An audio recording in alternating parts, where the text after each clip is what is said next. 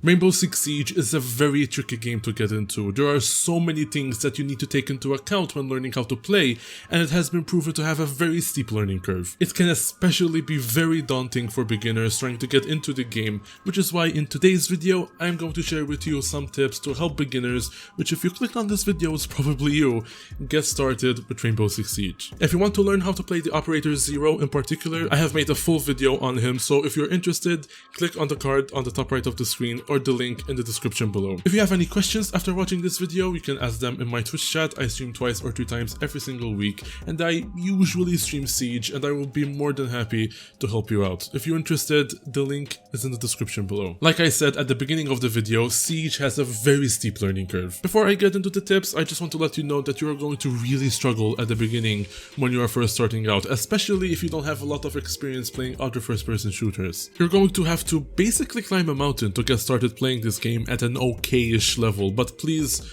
don't be discouraged, don't beat yourself up over it. It's fine, it's completely normal, it doesn't mean that you suck.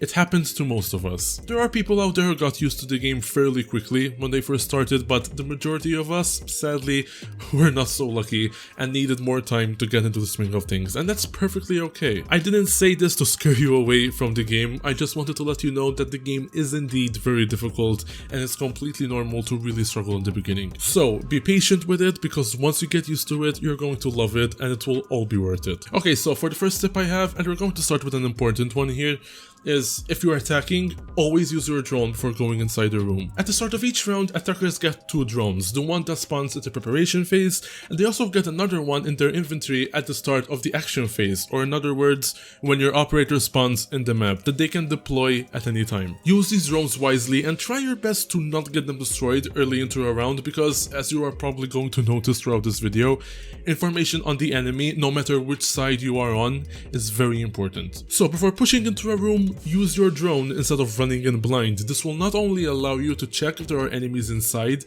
but it will also allow you to check for traps that could potentially lose you a lot of health, or maybe even injure you altogether. One of the best ways you can use a drone is by, instead of droning for yourself, you drone for a teammate. You do this by basically driving your drone inside the room before your teammate walks in, and this way there is less risk of the information being out of date, because things can change really quickly in Rainbow Six Siege. An area that you think is clear can very quickly change and not be clear anymore, so by droning for a teammate rather than for yourself, you sort of get rid of this delay between droning and actually walking into the room or the area, if that makes sense. Of course, as a defender, be very careful when you see a drone with an orange light, and if you do see one, relocate as fast as possible. If you are unsure whether or not a drone is being watched, look out for the orange light I mentioned earlier, because that means that somebody on the attacking team is actively watching it. For the second tip, I want to talk about cameras. On every single map in Rainbow Six Siege, there are either 2 or 3 cameras outside and either 4 or 5 cameras on the inside of the building. These cameras are always in the same spot, and learning their location on every map,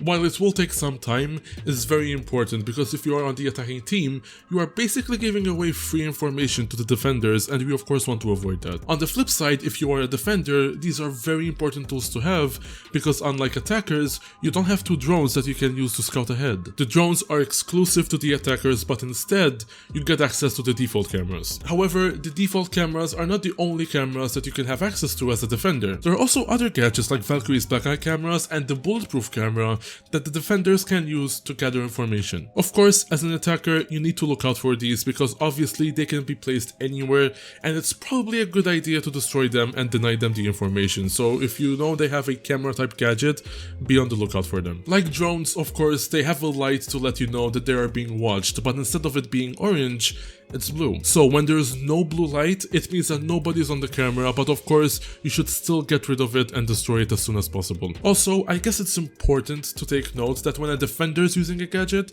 it has a blue light, while if an attacker is using it, it has an orange light. The reason why I wanted to point this out is because there are operators that can hack specific gadgets from the opposing team and give their team access to it. For example, when Dokubi, who is an attacker, kills someone, they drop their phone, and if she walks up to it, she can hack it, giving the attackers access to the defender's cameras. So as a defender, if you see a camera flashing with an orange light, that means that an attacker is watching it. Also, Mozzie, who is a defender, can place down traps that if an attacker drone drives through its range, the drone then belongs to Mozzie and he can drive it anywhere he wants. But of course, instead of having an orange light, it will have a blue light. So yeah, keep that in mind. Orange light means attackers and blue light means defenders. Now, while we are on the topic of cameras, for the third tip, I want to talk about pinging. And when I say pings, I don't mean your connection to the server. I mean the yellow pings and the red pings. Now, in case you don't know the difference between the two, you can use the yellow ping at any time with the press of a button to mark a location, but to use the red ping, you need to be on a camera or on a drone, you need to hold down the button for a couple of seconds so it's not as quick, and an enemy needs to be in view because that's what the red ping means. It means that there's an enemy at the ping's location, so of course you need an enemy for that. If you see an enemy while you are on a camera or a drone, if they do not know that they are being watched, do not red ping them, but instead use the yellow ping. The reason being is that if you red ping them, they will get notified that they've been spotted, and after that they usually reposition, look for the camera and take it out, and you would lose your team a ton of valuable information. If you point the camera and press the button to yellow ping them instead, they will have no idea that they've been pinged and your camera or drone is safe. Of course, the best way to get information across that's even better than pings is to actually communicate and talk to your teammates and tell them where they are. Hookah balcony! Hookah balcony! He's prone on the hookah balcony! Now, I understand if you maybe can't use your microphones because you're on console and maybe don't have one, or you're a female and you don't want to speak up on voice chat because of potential harassment, whatever the reason is. I understand if maybe using a microphone is not an option, but for those of you who do not mind using a microphone, I strongly recommend that you tell your team where they are by using callouts rather than pings, which brings me over to the fourth tip. For the fourth and final tip of this video, I want to talk about map knowledge. Now, I know that there are a lot of maps in Rainbow Six Siege and the thought of having to learn them all might be a little bit overwhelming.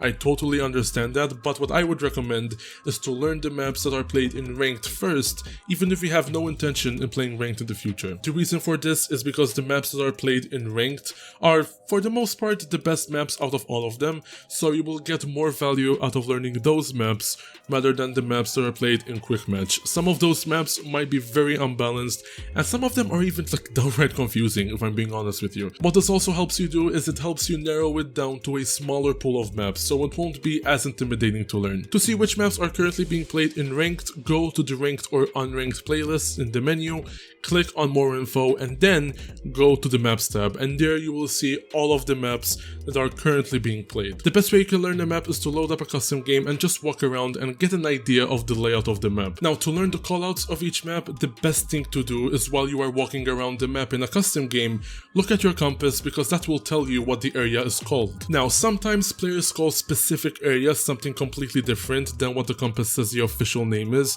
but if you stick to the names the compass tells you, players should still know what you are talking about and you should be good. I hope this video was useful. I still have some more tips that I would like to say, but I don't want to make this video like 20 minutes long. So if you would like a part 2 to this video, let me know in the comments below, and also if you are not a beginner and you have any tips that you would like to give to new players, leave them down in the comments below as well. If you have any questions after watching this video, I stream on Twitch, so feel free to stop by and ask me those questions there. The link is also in the description. But guys, if you did enjoy the video and you found it helpful, give it a thumbs up, and if you're new, subscribe and ring the bell so you won't miss any future videos. But with that said, thank you so much for watching, have a nice day, stay safe, I'll catch you on the next one.